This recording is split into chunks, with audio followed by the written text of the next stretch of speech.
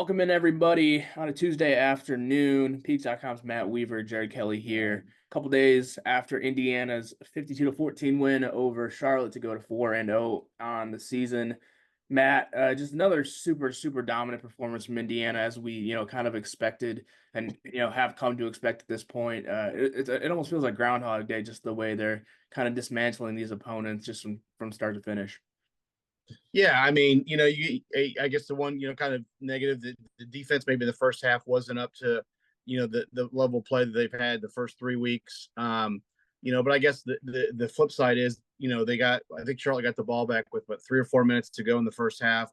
It was a 3-and-out. Indiana gets the ball back, and I think they went down and scored right before halftime. So, but overall, it was another, really good performance. Curtis Short continues to be, just really impressive. The offense as a whole. The O line's playing really well, and we've talked about it. Early on, Trey Reddick was kind of, when I did the PFF grades this week, he was the highest graded pass blocker. And take that for what you will, but I mean, he was obviously the lowest early on. So overall, running backs, Kalen Black, it's kind of maybe his kind of breakout game, sort of for IU. Receivers, once again, you don't know who to cover, so overall, I thought it was obviously a very good performance. 52-14. It's hard to find too many negatives. Yeah, there hasn't been a lot to nitpick about this year, but the Charlotte game obviously was Indiana's first bout with true, I would say, true defensive adversity. We saw some of that against UCLA, but it never really felt like that one was too out of hand, and it never did against Charlotte either. But in the first half, it definitely got a little bit sloppy there defensively.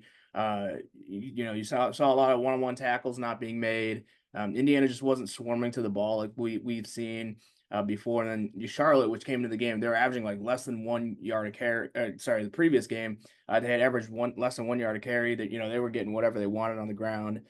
So that was a little bit concerning. Indiana cleaned it up in the second half, which you would expect with this team, and that was good to see. But that was a little bit concerning, Matt, going into Big Ten play, just kind of seeing a little bit of the wear down, and we talked about this in the press box too, just, how many snaps these starters are playing and, how it would eventually kind of take its toll. And it was hot out, it was 100 degrees. So I imagine a lot of these guys were, very fatigued, but kind of less than encouraging to see some of that in the second quarter. Yeah, yeah, and I mean, if there's one concern I have for Indiana going into Big Ten play is, and we talked about it up in the press boxes, the number of snaps. When I talked about, they're playing. Some guys are playing McCall Kamara, for example. And other guys, and you like to see. I mean, we were up there, kind of, where's Jacob Mangum Farrar? Where's Vincent Sneed? And like to see some guys get some more playing time going forward. But yeah, now that you get in Big Ten, it's probably going to go back to the way it was, kind of like UCLA, where it was the majority of guys were getting the snaps. But I think you talked about adversity. They got to 17-14 in the past. We would have seen Indiana teams maybe kind of start to fold, start to panic. You didn't see that at all. Indiana went right back down the field and scored. They just kept scoring. I mean, and that's the thing I've said. If you're going to beat Indiana, you're going to have to score. There's going to be some defenses. I'm sure, Ohio State's defense is going to be pretty good. Some other defenses, Michigan's going to be pretty good. But most teams are going to have to score to beat Indiana. This team has just got a lot of firepower, and they got a guy right now in Curtis Rourke who is just operating at a level I don't think we've seen at quarterback in Indiana in 4 or 5 years. I mean, it's really impressive to see. I go back to 19 for me. I know 20 was the season everybody talks about, but 19, the quarterback play was such a high level. 20, Penix had those. It was like a guy that said this before. It was like a guy who hits a lot of home runs, but he would, he was like a 220 hitter and struck out. And there was some inconsistent play with Penix, even though as fantastic as he was, the consistency isn't what it was for what Rourke is right now. He can hit the homers, but he's hitting the singles and the doubles. He's taking care of the ball. Now there's going to be turnovers. I mean, they're 9-0. I think is it 9-0 or something like that. They've turned the ball over, the turnover margin. That's not going to stay that way the whole year, but I do think that they will be one of the better turnover margin teams in the country. A big part of that's Curtis Rourke. I mean, they're getting exactly, and it'd be interesting. Is he even better than what they thought he was going to be? Like I said, this is the four. It's on the radio today. They played probably the 4 easiest games they're going to play on their schedule this year. But they're doing what good teams should do to these kind of teams. They're blowing their doors off. So, Like you said, there's not a ton of nitpick that a little bit on with the defense on Saturday, and like I said, my biggest concern as we go through the next 8 games is the depth. Can some of these top line guys hold out, and can they develop some guys behind them to give them a little bit of a break here and there? Because the one good thing is you got 2 bye weeks, which is not something when normally has to get 2 more weeks, and then you got 3, 4, 5 games, you got another bye week, and then you got a couple more games. So that might help, but that'd be my only concern is just can some of these guys hold out for an entire season playing the number of snaps they're playing? It's weird looking at the depth, when you compare it offensively, defensively, because offensively they went super hard to, to build that depth at the skill positions, right? Obviously running back and wide receiver stand out. And then you look at defense, it's almost like the complete opposite where they're having to play guys, 75, 80% of the snaps. And obviously you'd have to go back to look back at JMU and see if it was kind of the same thing they operated with. And their defenses were still prolific throughout the whole year. So if they did operate that way, it didn't at least seem like a problem. But you do wonder when they start going against these offensive these Big Ten offensive linemen and really starting to feel that wear and tear. Just that's probably my biggest concern is how does the trenches hold up for Indiana going forward? Like you mentioned, Mikael Kamara, he's basically playing every snap at that DM position. Linnell Carr is on the field a ton. CJ West as well. James Carpenter, he's been kind of a shock. He hasn't graded out super well this year at Yeah. all. So that would probably be my biggest concern going into Big Ten play is especially in the trenches where we really don't have that. We really haven't seen that depth. Mario Landino, a true freshman, and while he is kind of advanced for a true freshman, you really don't see guys like that emerging so early on, especially at defensive end. I don't know your thoughts on that. Do you think it is sustainable the way Indiana is playing, even at linebacker? I mean, Jalen Walker and Aiden Fisher are basically playing every snap. Yeah, I mean, listen, the little bit of luck's gonna have to come. Staying healthy is part of its luck. I mean, part of it's how you train, all that, but there's luck involved that you just, we saw Aiden Fisher go out holding his shoulder for a couple plays on Saturday, and he came back in. You mentioned how they were able to stock up on skill positions. I think what that is the portal's a lot like high school recruiting, it's supply and demand. You can find receivers and you can find running backs. You can even find DBs. It's hard to find the trench guys. You know what I mean? Like it's just like in the NFL, who gets paid? Quarterbacks, left tackles, and defensive ends who can rush the passer. Those are the guys that almost never hit free agency, and they get paid a ton of money. And in the NIL thing, it's the same thing. Those are the guys that very rarely, if they do hit the portal, they're gobbled up right away, and they're getting paid, the big NIL deals. So, is it sustainable? I mean, to me, Carpenter's a little bit concerning because he was really manhandled on Saturday. It could just be a bad day. It could happen. This is the guy they trust, but it would be nice. And this is where you're kind of seeing some of the recruiting misses from the previous staff on the D line starting to rear its head. You'd like to have some guys who have been in the program for a couple of years, and other than, I mean, Marcus Burris was a transfer, but a lot of these guys they had to bring in, and it'd be nice if maybe a Robbie Harrison could give you a few more steps, or even a Jamari Monet. So far, they haven't been able to, but yeah, it's that, I think it's every week you just kind of hold your breath and hope these guys can make it through and they can stay healthy because, if you lose a couple of these frontline guys, it's really going to put you in a tough spot defensively. Especially when you get in the part of the year where teams are going to, they go against running teams. It's going to be, running the ball a lot because, right now this defense is doing a great job on early downs and getting teams into passing downs. But if it's 2nd and 2, 2nd and 3, it changes the whole dynamic of the game. So, I don't want to sit here and act like I'm, raise red flag and everything, but I think the glass is still more than half full. But yeah, there's some things that, you worry about as you get into Big Ten season. Can these guys hold up and can they stay healthy? And will these number of snaps eventually catch up to them? Mm-hmm. Yeah. It should be interesting. I did want to move on a little bit from the Charlotte game because a lot of it is, what we've talked about and seen in the previous 3 games. I kind of wanted to go big picture here, Matt, going into Big Ten play. This is going to be a crucial stretch for Indiana. Obviously, we knew it was going to be, assuming they made it through the non-con, relatively unscathed, which they have. First of all, 4-0. I mean, we don't see this at Indiana often at all.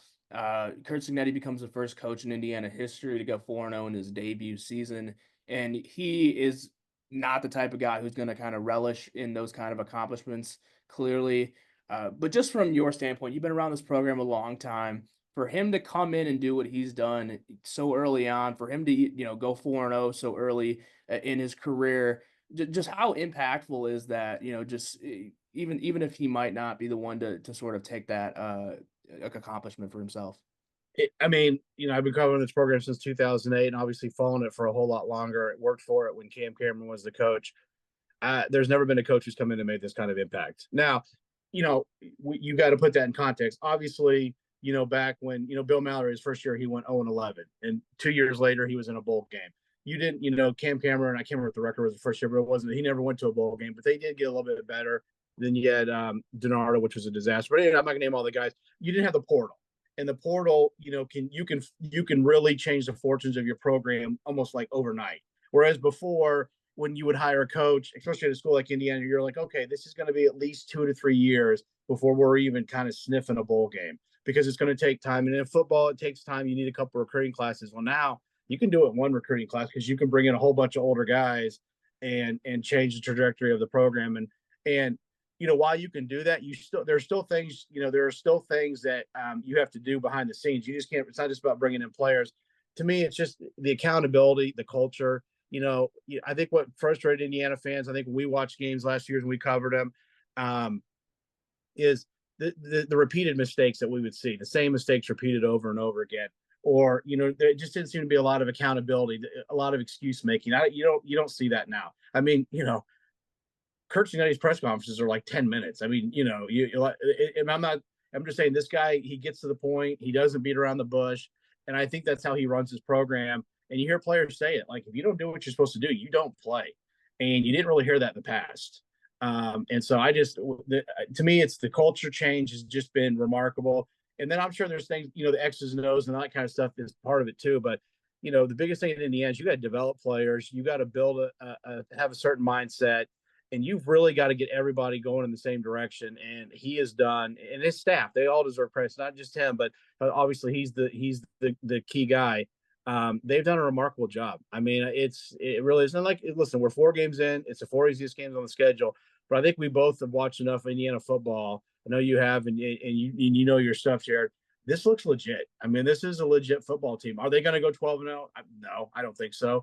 But it would not be shocking at all if this is an 8-9 win team, and if with a break or two, maybe they get another win and get to 10.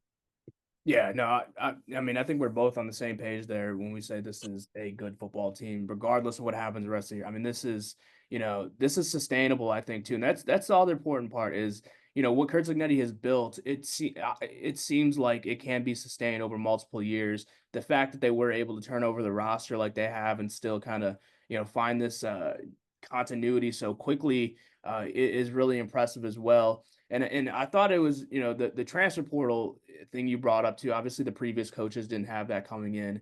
That is a good point because Cignetti. It's not like this was his first rodeo going into the portal. At JMU, they had a collective. They had to go through the portal. Obviously they're picking from a lot of lower level recruits at JMU, but he's done this before. He knows what he's looking for in the portal. He knows the type of guys he wanted to retain as well. And just like the way he executed, we heard about this blueprint all offseason. The way he went about executing it pretty much played out to a T.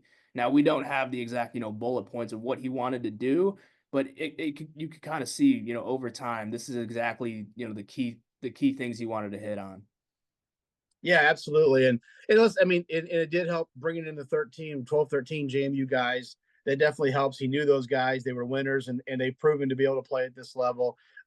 We've talked about this, before. I'm interested to see, last year when he came in December, he was really flying by the seat of his pants. I mean, he talked about it. He was up at 4 and he was not going home until 10. It was long days and short nights for him. Interesting to see now that he's got a really good grasp of the roster. What will the portal class, kind of what will it look like in 25? Because it's going to be another fairly big portal class. I think hopefully what I would think over time is they get that down to where maybe you're going 8 to 12 instead of 20 to 25 plus. and do more developing your own guys. I don't think you're ever going to not take portal guys, and I think most years it's probably going to be double digits because you're going to lose guys and you're going to have to replace them. But you don't have to rely so much on the portal. But right now they're doing a great job with it. And like I said, I'm interested with another big portal class. What does that look like, especially if they go out and win 8 or 9 games?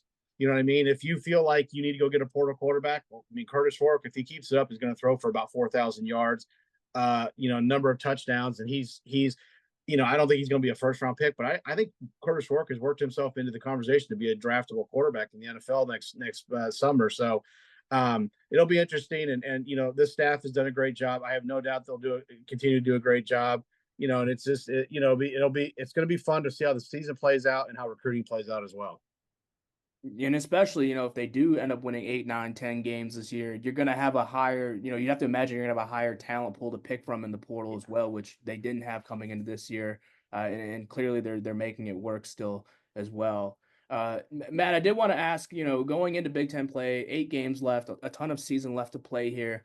But through what we've seen through these first 4 games, and you can't say offensively or defensively, you can't just, put it in a, what do you think is the identity of this team, and what can it hang its hat on going into Big Ten play? Like, what are things that you can point to and say, okay, this specific thing Indiana is going to be really good at and will win them games? I mean, it's not. I think they play sound football. They don't beat themselves, and I hate to keep picking on the previous regime, but that's what you saw a lot of. Um, they're aggressive. They're attacking on both sides of the ball. I won't get into ski. I mean, just the way they play. We talked about it. In the past, when Indiana got up, they would kind of nurse. I said on the radio today, they kind of nurse that lead to the end. They would just try to get when I mean it's 52-14. They put Taven Jackson in towards the end of the third quarter with the ones, and they're throwing the ball 30, 40 yards downfield. I mean, they weren't stopping. And it kind of, it kind of reminds me when Steve Spurrier was at Florida, and it didn't matter who was on the field; they were running their offense. And some people say, "Well, you should not." I mean, you got to run your offense. It's the job of the other team to try to stop you. And I like the mindset of this team. They never stop trying to beat their opponent. I mean, I know that sounds weird. Well, that should always be but they never stop. There's never where they put it in neutral and just kind of coast to the end. They're always, it doesn't matter who's out there. And I think they do the same thing defensively. Now, early on defensively, we talked about it earlier, maybe a bit of a hangover from the UCLA game, not as aggressive they were, but I really thought, as the game went along, you could see them kind of wake up. And I'm sure at halftime, the defense probably got a pretty good talking to from the coaches, and they definitely turned it around in the second half. So that's what I mean, their identity, this is a sound, disciplined, well-coached football team that doesn't beat themselves. Yeah. Yeah, it's interesting too because through the first 4 weeks, I went back and listened to all the opponent head coaches, and every single one has said the same thing about Indiana. Just a well-coached team. You can see how hard they play, and the fact that opponents are kind of giving Indiana that amount of credit as well, just so early on in this tenure, I think speaks volumes. Because a lot can happen in the first 4 games under a first-year coach, and for that to be your identity, I mean, you can't really complain with that. Offensively, Matt. Real quick, Biff Poggi, I read his quotes after the game. I think that's his name, right? The coach of Charlotte. He was at Michigan. He said, "Hey, this is not the Indiana I knew when I was at Michigan." I mean, to me, there was no bigger eye-opening quote than that right there. But I didn't mean to interrupt you, but that when you said that about opposing coaches, that jumped in my head. But you're right; they look different, and people are noticing. Mm-hmm. Yeah, I did want to move a little bit offensively here because obviously this has been the backbone for the Hoosiers, and I think both of us expected to still be strong going into Big Ten play. The depth here, we've seen a lot of the depth kind of shine against these lower level teams. Do you think Indiana maybe starts to separate itself a little bit in terms of, okay, here are the guys that we can absolutely count on, who might command more snaps, and then here are the guys that maybe are in that second tier? Or do you think it's going to be still a lot more of the same with these 4, 5, 6 rotations in the receiver room, and then 3, 4 running backs as well? My guess is I think you'll still see the kind of how, I mean, to me, the blueprint is probably UCLA. I mean, that was probably, I think they played 37 guys total on both sides of the ball, offensively and defensively. I would guess that's what it will be, but barring no injuries, in a game. I would guess it'll probably look a lot like that. Um, where it's going to be probably Tyson Lawton, Justin Ellison, and then Kalon Black. Maybe Elijah Green gets a carry or two there. And then at receiver, I think you're going to see, I am interested, does Donovan McCulley, you had the story, I think you had the story, yesterday after the press conference where he talked about it. Does Donovan McCulley get, more? Because right now, I mean, what we've seen less is he's kind of, well, he didn't on Saturday, he didn't really play till kind of the twos came in. But at UCLA, he was kind of like, it's almost like a goal line back. He was like a goal line receiver. That's about the only time they used him was when they got down there. So does he get a little bit more involved? I mean, you mentioned, I think, what in the thing, it's kind of hard. Like, who do you take out of the rotation at receiver? Because they're all playing. So I think you mentioned that on the board in the thread. Who do you take? It's a great point. Who do you take out? Like, I've always, there was an old saying, don't, if something's going good, don't mess with it. And right now it's going good. So, but he's so talented. You try to find a role for him, maybe get him in there a little bit more before you get down to the goal line, and some of it's probably going to be how he's practicing. But yeah, I mean, to me, I could see that. The other thing is, does Sam West, he had a nice catch and run in that game at tight end. Does he maybe get just a little bit more involved in the passing? I'm not talking like 7, 8, 10, but maybe does he get like 3 or 4 targets instead of 1? Something like that, just be interested on that. Defensively, I mean, I don't think a whole lot will change. I think you're going to see probably what you've been seeing because it's been pretty consistent. Like I said, unless there's injuries, but offensively, I can see maybe at receiver, like I said, and EJ Williams, another guy. If he can give you a big play threat alongside Anderson Kobe, maybe you give him a few more runs out there. But it's working, and I don't, it's don't mess up the apple cart when things are going well. Yeah. It's crazy just how productive this receiving room has been. Just thinking about, the fact that McCauley can't even find his way onto the field. Obviously he's still working his way back from injury, but you'd think by now he's got to be close to 100%. And then EJ Williams isn't even getting runs with the ones. We saw him come into the game late in the second half with the 2s and 3s. Indiana really goes 6, 7 receivers deep, and then you have Charlie Becker there who's kind of waiting in the wings as well, which is super impressive. Matt, through these first 4 games, I did want to talk about the coaching. Sorry, not the coaching, the schemes a little bit. Not to get too in depth with them, but from what you've seen with Brian Haynes and Mike Shanahan, has anything surprised you with the way they've kind of operated, gone about, calling their plays, when to dial up certain things, when to not?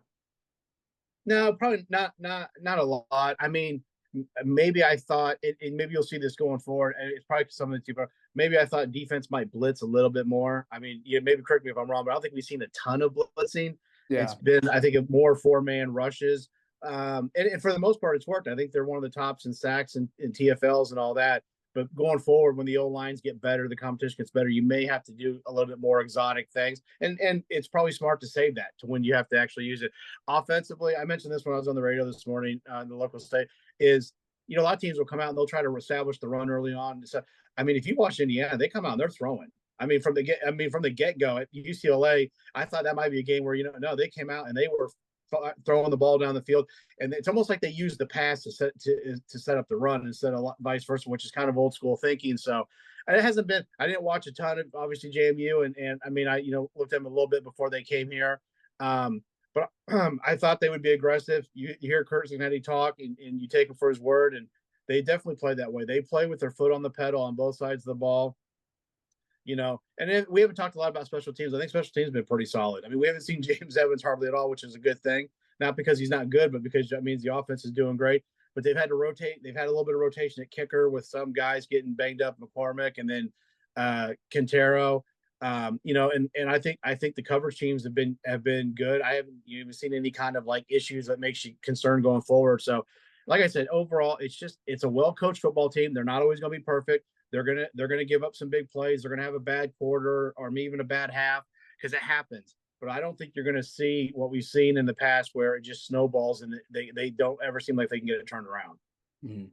What kind of talking about the assistants a little bit more. I know a lot of folks are kind of concerned that Cignetti might be the one to get poached. If the success continues, I would honestly be more concerned about the assistants because Mike Shanahan, the way his offense is running right now, and Brian Haynes also obviously, the way their Indiana's playing, those are guys that are going to be at the top of a lot of teams' lists. You'd have to imagine in the offseason for whether it's just a better a coordinator job or even a head coaching job.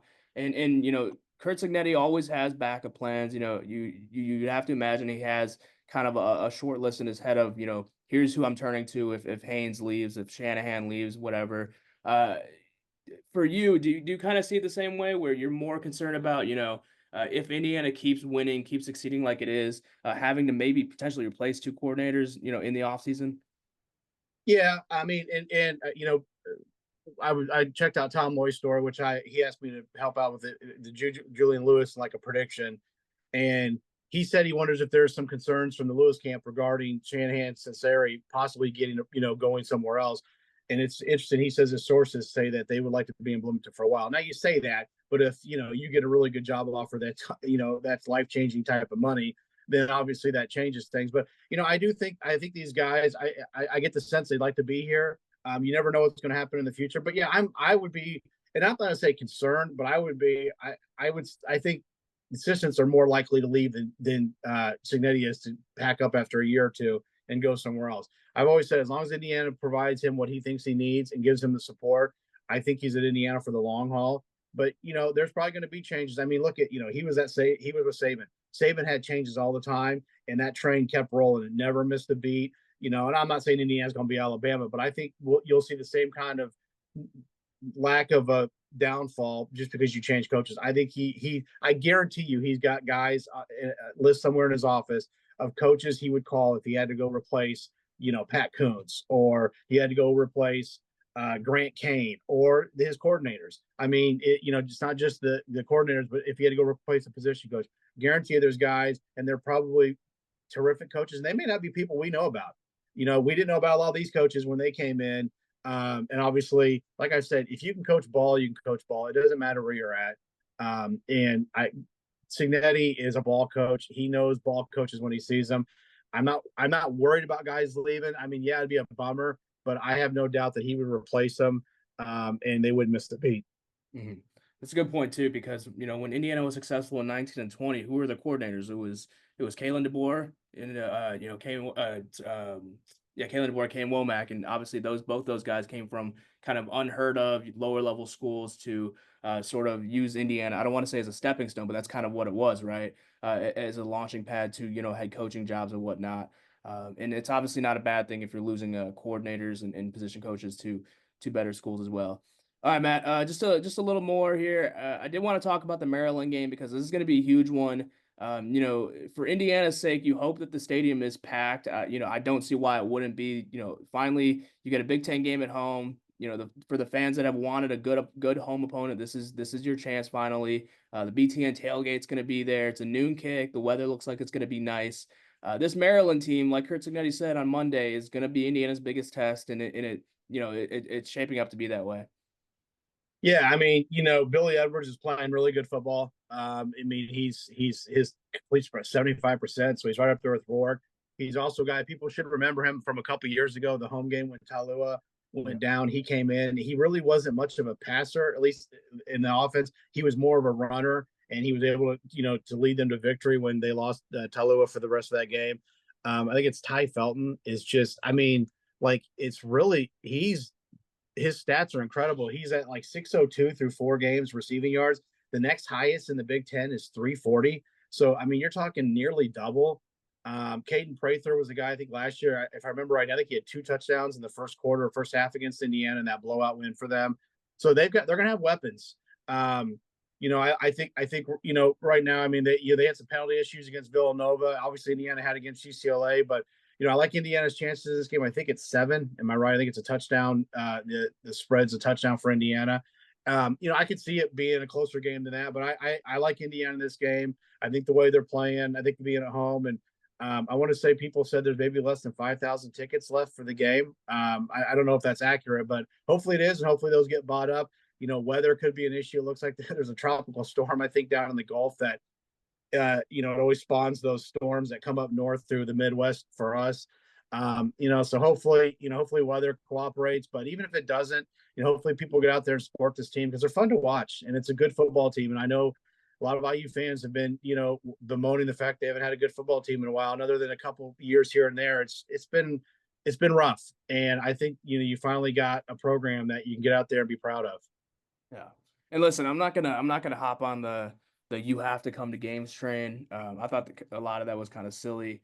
But there really is no excuse if you're a fan that's been kind of holding out in Indiana this year. I get it through the first four. I get it, but there's really no excuse not to be at this game if you can make it. I mean, 4-0, Big Ten team in town. It's a noon kick. There really is no excuse. So we're gonna see what Indiana's fan base kind of has built to this point against Maryland. I did want to get into predictions a little bit here. It is interesting that ESPN does the FPI has Indiana's 67% chance to win, which I thought is a lot more than I think they started with in the preseason against Maryland. Um, you know, uh, 7 point spread. I think it opened at 5.5. It's up to 7 now.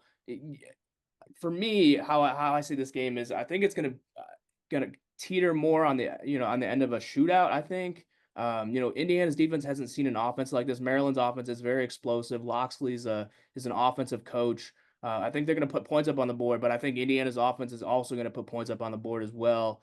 So I'm gonna say it's going to be pretty high scoring. Score, I'll say 30-24 Indiana. Okay. Yeah, I agree. I think this is going to be a game, unless if you have less than ideal weather conditions, it could change things. But I'm going to go under the assumption that you're going to have the kind of conditions where you're going to be able to run and run your offense and not worry about being able to throw the ball and all that. I may go actually a little bit higher. I'm going to go 33-24 Indiana. Yeah, if just looking at this game, kind of one or two matchups you're really looking for. Obviously, you mentioned Ty Felton and Billy Edwards. I do wonder, kind of how D'Angelo Pons handles that matchup with Felton, and then Indiana being able to kind of contain Billy Edwards there too.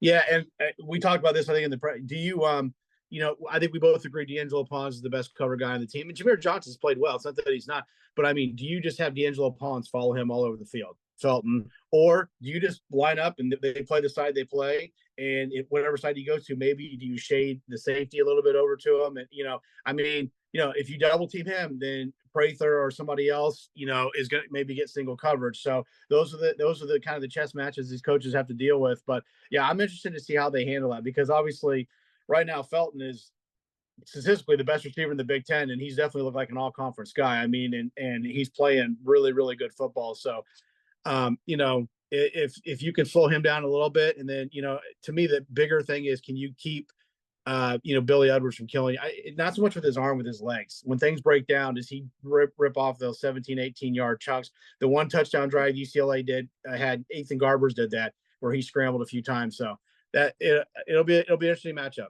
Yeah, yeah, it should be a fun one. Indiana gets its biggest test thus far when Maryland comes to town. Noon kickoff on BTN. Matt and I will be there for Peegs.com. Full coverage as always.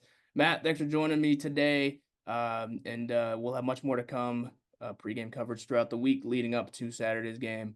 We'll see you folks over on Peegs.com.